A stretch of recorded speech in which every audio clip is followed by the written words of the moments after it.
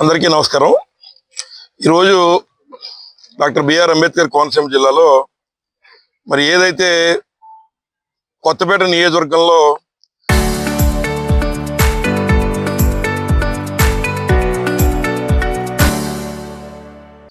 ఉన్నటువంటి పంటలన్నీ కూడా మునిగిపోతున్నాయి. అలాగే శివారు ప్రాంతాల్లో నీరు అందక భూములన్నీ కూడా నెరలిగిస్తున్నాయి. ఈ విపత్కర పరిస్థితికి గల కారణాలు ఏమిటంటే, సంపద సృష్టిస్తాము అని చెప్పి అధికారంలోకి వచ్చినటువంటి మరి ఎవరైతే తెలుగుదేశం పార్టీ నాయకులు ఉన్నారో వారు సంపద సృష్టించలేదు సరికదా, కేవలం నీరిస్తే ఈ ఖరీఫ్ పంటలోనే సుమారు 3,500 కోట్లు కష్టపడి పండించగలిగిన శక్తి కలిగిన రైతులు ఈ ప్రాంతంలో ఉన్నారు. అటువంటిది వారికి నీరు కూడా ఇవ్వలేని పరిస్థితిలో ఇవాళ ఈ కూటమి ప్రభుత్వం ఉందని చెప్పి సందర్భంగా తెలియజేస్తున్నాను. మొన్నే మంత్రివర్యులు కూడా వచ్చి ప్రాంతం అంతా కూడా తిరిగి ఎక్కడైతే నీరు అన్ని బాగున్నాయో అటువంటి ప్రాంతాల్లో ఫోటోషూట్, అంటే కొత్తగా పెళ్ళైన వాళ్ళు ఫోటోషూట్లు తీసుకుంటారు, వాళ్ళ వాళ్ళు అక్కడ వస్తుంటారు. వారితో పాటుగా వీరు కూడా వచ్చి ఫోటోషూట్లు తీసుకుని వెళ్ళారు తప్ప ఎక్కడా కూడా నిజంగా సమస్య ఉన్నటువంటి చోటకి వారు రాకపోవడం దురదృష్టకరం. ముఖ్యంగా మేము మనవి చేస్తున్నాం, ఏదైతే ఈ రోజు కూడా మొన్న ఉన్నటువంటి వేసవ కాలంలో మరి వేసవి కెనాల్ క్లోజర్ లో ఈ ప్రభుత్వం పనులు చేయడంలో పూర్తి వైఫల్యం చెందడం వల్ల ఇవాళ కొత్తపేట నియోజకవర్గంలో ఉన్న రైతులకేమో నీరు ఎక్కువైపోయి ఉన్నటువంటి నార్మల్ అన్ని కూడా పాడైపోయి ఇవాళ వాళ్ళు ఏదైతే బ్యాంకుల్లో బంగారాలు తాకట్టు పెట్టి రుణాలు తెచ్చుకున్నప్పటికీ కూడా పంట వేసుకోలేని పరిస్థితి ఏర్పడింది. అలాగే కింద ఉన్నటువంటి వారికి నెరలగీసేస్తూ ఉన్నాయి. దీనికి ప్రధానమైన తప్పు ఎవరిదంటే, ఈ పాలకులు చేసిన తప్పుకి శిక్ష ఇవ్వాలి. ఈ ప్రాంతంలో రైతులంతా కూడా అనుభవిస్తున్నారని చెప్పి మనం చేస్తున్నాం. ఎందుచేతంటే మొన్న వేసవ కాలంలో ఏదైతే కొన్నటువంటి మధ్యలో ఉన్నటువంటి అడ్డులు తొలగించేటువంటి కార్యక్రమం కనీసం మెయింటెనెన్స్ చేస్తే ఈ రోజు నీరందరికీ సమృద్ధిగా అందేది. 11,000 క్యూసెక్లు ఇస్తే ఖరీఫ్ సీజన్లో మనకి చక్కగా నీరు వస్తుంది. కానీ వాళ్ళు 14,700 ఇచ్చినా మరి నీరు రావట్లేదంటే కారణం మొన్న వేసవ కాలంలో వీరు చేసిన అవినీతి పనులు. ఇవాళ డాక్టర్ బిఆర్ అంబేద్కర్ కోనసీమ జిల్లా ఏదైతే ఈ యొక్క కూటమి ప్రభుత్వం యొక్క అవినీతి కంపులో పంటలు పండించుకోలేని పరిస్థితిలో ఇవాళ మా ప్రాంత రైతులు ఉన్నారు. ముఖ్యంగా ఇక్కడ వాడపల్లి లొల్ల మీ అందరూ చూశారు. అక్కడ ప్రతిసారి మేము శాసనసభ్యులు ఉన్నప్పుడు కూడా ఇబ్బంది ఉంది కాదనట్లా. దానికి 2,90,00,000 పెట్టి మేము సైఫన్లు కట్టేశాం అని వారు చెప్తున్నారు. వారు కట్టిన అవినీతి సైఫన్లు ఇవాళ మరింత ముంపిని తీసుకొచ్చి ఆ ప్రాంతంలో కూర్చోబెట్టింది. ముఖ్యంగా ఈ ప్రాంతంలో రైతులందరినీ మీరు పంటలు మానేయండి, గతంలో మీరు జగన్మోహన్ గారికి ఓటేశారు కదా, అందుకే ఎలా ఉందని చెప్పి మంత్రి గారు చల్లగా దాటేస్తూ ఉన్నారు. ముఖ్యమంత్రి ఇవాళ నారా చంద్రబాబు నాయుడు మీరు అనుకోవట్లేదా? ఇరిగేషన్ మంత్రి గారిని అడుగుతున్నా. మొన్న మీరు వచ్చి కూడా జగన్మోహన్ గారు కూటమి ప్రభుత్వం మరి గొడ్డల పార్టీ అని మీరు మాట్లాడుతున్నారు. మాది గొడ్డల పార్టీ అయితే మీది బూడిద పార్టీ. అంచేత మొన్న మీరు వచ్చినప్పుడు కూడా మీరు మాట్లాడినటువంటివి 2 సంవత్సరాల క్రితం జగన్మోహన్ గారు ముఖ్యమంత్రి కదా, అందుకే ఎలా ఉందని చెప్తున్నారు. మొన్న వేసవ కాలంలో మీరు పనులు చేయలేదని మీ యొక్క శాఖల అవినీతి కంపు కొట్టేస్తూ ఉంటే ఇదిగో మీ గెజిటెడ్ పేపర్ ఈనాడులో రాశారు. ఏదైతే మొన్న కెనాల్ క్లోజర్ లో మరి జరిగినటువంటి అవినీతి, ముఖ్యంగా ఏదైతే జిల్లా కలెక్టర్ గారిని కూడా అధికారులు మభ్యపెట్టి తప్పుడు నివేదికలు ఇచ్చి మరి ఇక్కడ రైతాంగాన్ని మోసం చేశారని చెప్తున్నారు. మీరు నిజంగా జగన్మోహన్ గారిని మాట్లాడేటువంటి మీకైనా దమ్ము సత్తా ఉంటే మీరు ఈ అవినీతి సైఫన్ల మీద లేదా మొన్న జరిగినటువంటి కెనాల్ క్లోజర్ల మీద కలెక్టర్ గారికి తప్పుడు నివేదికలు ఇచ్చినటువంటి వారి మీద మీరు వారి మీద చర్యలు తీసుకునే దమ్ము మీకు ఉందని అడుగుతున్నాం. జగన్మోహన్ రెడ్డి గారు అనే ముందు మిమ్మల్ని 3 వేళ్లు చూపిస్తూ ఉన్నాయి. మీరు మొన్న వేసవ కాలంలో మీరు చేసిన తప్పుకి ఇవాళ ప్రజలు శిక్ష అనుభవిస్తున్నారు. మీ పేపర్లో రాశారు క్లియర్ కట్ గా, తప్పుడు నివేదికలు కలెక్టర్ గారికి ఇచ్చారట. మరి ఆ రకంగా తప్పుడు నివేదికలు ఇచ్చినప్పుడు మరి మీరు ఏ రకంగా వారి మీద చర్యలు తీసుకుంటారని అడుగుతున్నాం. మధ్యలో ఎవరో కాంట్రాక్టర్ ఉంటే R&B శాఖ మీద గెంటేటువంటి తాపత్రయం. మంత్రి గారు వచ్చి వారి శాఖలోనేమో అవినీతి కంపు కొడుతూ ఉంటే మరి R&B వాళ్ళు ఎవరో కాంట్రాక్టర్ ని బలిపశం చేసి కాంట్రాక్టర్ మీద 4 మాటలు మాట్లాడి వాటిని వాట్సాప్ లో పెట్టి ఫలానా చిత్తగిస్తున్నారు. తప్పి రకమైన కార్యక్రమాలు సుమారు మీ నోటితో మీరు చెప్పారు.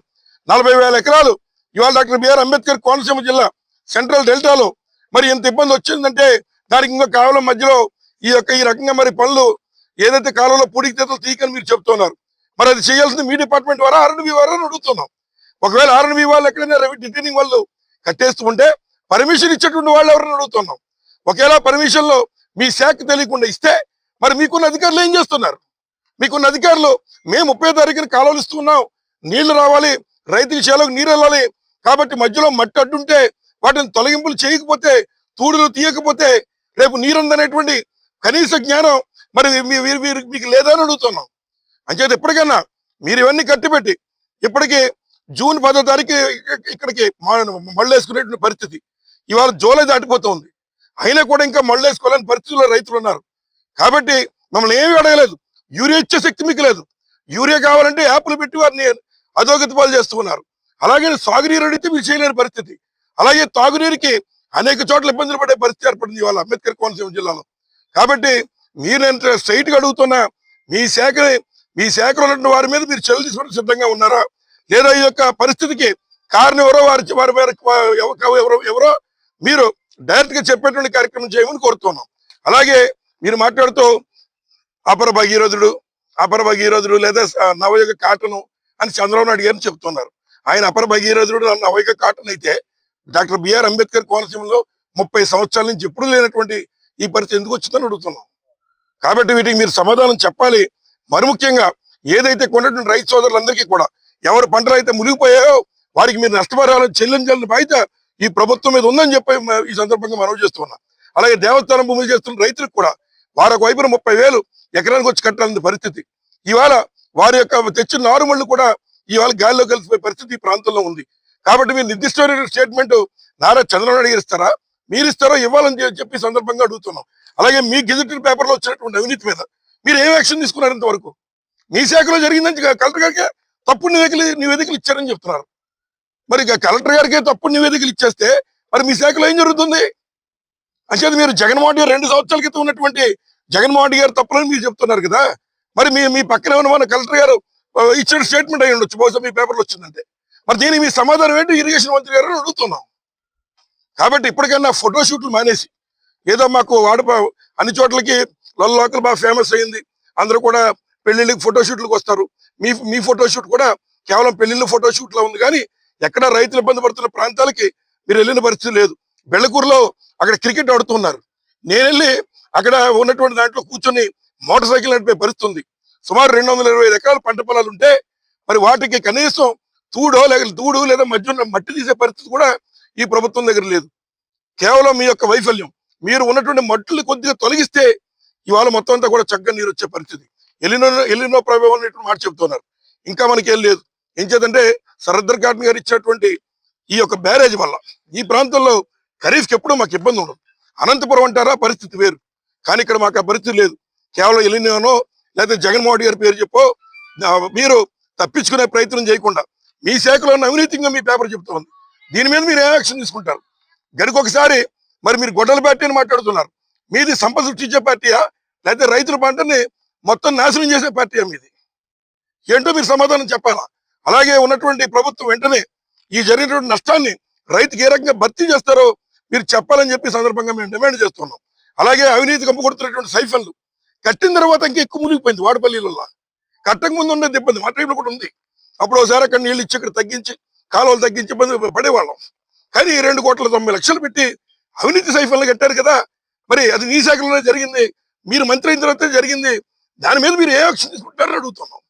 అధికారులందరి సమక్షంలో ఈరోజు ముంపుకు గురైనటువంటి పంట పొలాలని, అలాగే నెరలు తీసి ఎండిపోయినటువంటి పంట పొలాలను కూడా పరిశీలించడం జరిగింది. ఇది చాలా వింతైనటువంటి పరిస్థితి అన్నమాట. ఒకే కెనాల్ కింద ఒకే ఆయకట్టులో 2 విభిన్న స్వభావాలను చూపిస్తున్నటువంటి ప్రాంతాన్ని పరిశీలించడం జరిగింది. ఇది ఇదివరలో ఎన్నడూ కూడా చూడలేదు. ఎందుకంటే నేను కూడా ఒక ఇరిగేషన్ డిపార్ట్మెంట్లో ఉన్నతాధికారిగా పనిచేసి రిటైర్ అయినటువంటి వ్యక్తిని. నేను 2010లో మేము 10 లక్షల ఎకరాల ఆయకట్టుకి 82 TMC తోటి ఎక్కడా కూడా 1 ఎకరం కూడా ఎండిపోకుండా రబీలో, ఖరీఫ్లో కాదు రబీలో, ఇప్పుడు మనం ఖరీఫ్లో ఉన్నాం, మనం రబీలో అంత నీటి ఎద్దడి లేకుండా దాన్ని చేసుకుంటూ రావడం జరిగింది. డాక్టర్ వైఎస్ రాజశేఖర రెడ్డి గారు ఆనాటి ముఖ్యమంత్రి ఆధ్వర్యంలోని. ఈ రోజున ఖరీఫ్లో మనం అడాదడప మనకి వర్షాలు కూడా కురుస్తూ ఉంటాయి. అటువంటి పరిస్థితుల్లో డౌన్ స్ట్రీమ్ అంతానేమో ఎండిపోయి నెరలు తీసేసినాయి, అప్ స్ట్రీమ్ లోనేమో ఇలాగా మునిగిపోయే రైతులందరూ కూడా వాళ్ళు దీంతో పాటు మునిగిపోయారు, పొలాలతో పాటు వాళ్ళు కూడా. ఏంటి వింత పరిస్థితి అంటే అసమర్థ పాలన, అధికారుల యొక్క నిర్లక్ష్యం, వాళ్ళని నడిపించేటువంటి రాజకీయవేత్తలు అంటే కూటమి ప్రభుత్వం యొక్క అసమర్థత. దాన్ని ప్రత్యక్షంగా ఈ రోజున ఇరిగేషన్ మంత్రి గారే స్వయంగా ఆయన కూడా ఒప్పుకోవడం జరిగింది. అది ఈ రోజున మా గౌరవ మాజీ శాసనసభ్యులు వారు ఈనాడులో ప్రతికిన ఆర్టికల్ని కూడా మీ అందరికీ కూడా చూపించడం జరిగింది. మంత్రి గారే స్వయంగా దాన్ని తప్పు జరిగిందని ఒప్పుకొని ఎవరినో ఒకరినో కాంట్రాక్ట్ను బలిస్పశం చేద్దాం అనేటువంటి ఉద్దేశంతో ఆయన ఉన్నాడు అక్కడ. అంతేగాని ఆ ఆర్ఎన్బి అధికారుల్ని అతను ఉన్నటువంటి కేబినెట్ కొలీగ్ ఆర్ఎన్బి మినిస్టర్ తోటి మాట్లాడి ఇమీడియట్ గా యాక్షన్ తీసుకోలేని పరిస్థితి ఉందా? లేదే.